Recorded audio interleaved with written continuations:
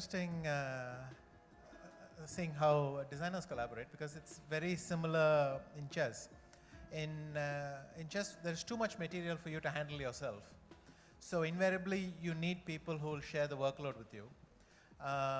If you're going to work with a team, so typically for a World Championship match, I'll have a team of 3 or 4 trainers, and we'll be working 9-hour days for a couple of months, to get all the material ready.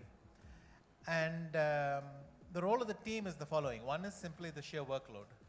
So I can do everything, but I don't have that much time. If you spread the work around, it's nice. Second is to give interesting perspectives. Each team member might have noticed something that you hadn't noticed, and they can bring this to your attention. A common misconception is that if you're stronger than them, then what can you learn from them?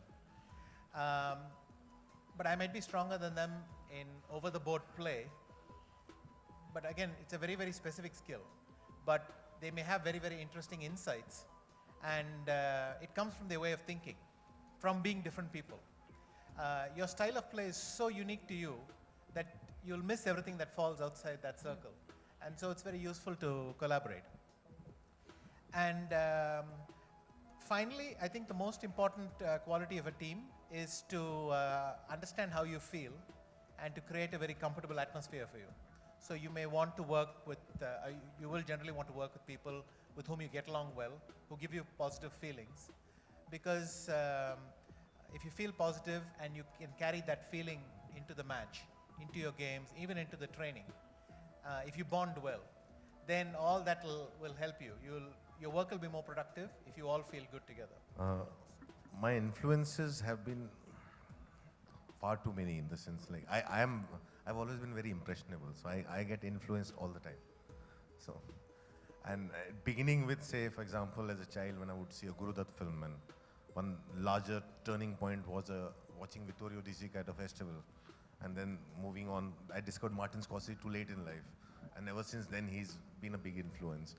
To all the current filmmakers, like today I see, say, for example, a Neeraj Ghewan, who made Masan, or Chaitanya Tamhane, who made Court.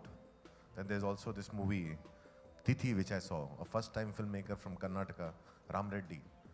I have never seen a film like that in the last 5 to 6 years. And somebody who can make a movie like that in that little a cost, with a non-actor staying in a village with the villagers, and a film that's so hilarious and it says so much more. So they all influence me. Anybody I'm jealous of, I'm influenced by the same person. So those are my influences, and I feel that today, this morning I was putting up a post, and I realized that since last year, there's an Indian movie that won Venice, Court. Consistently at all the major film festivals, one Indian film has won.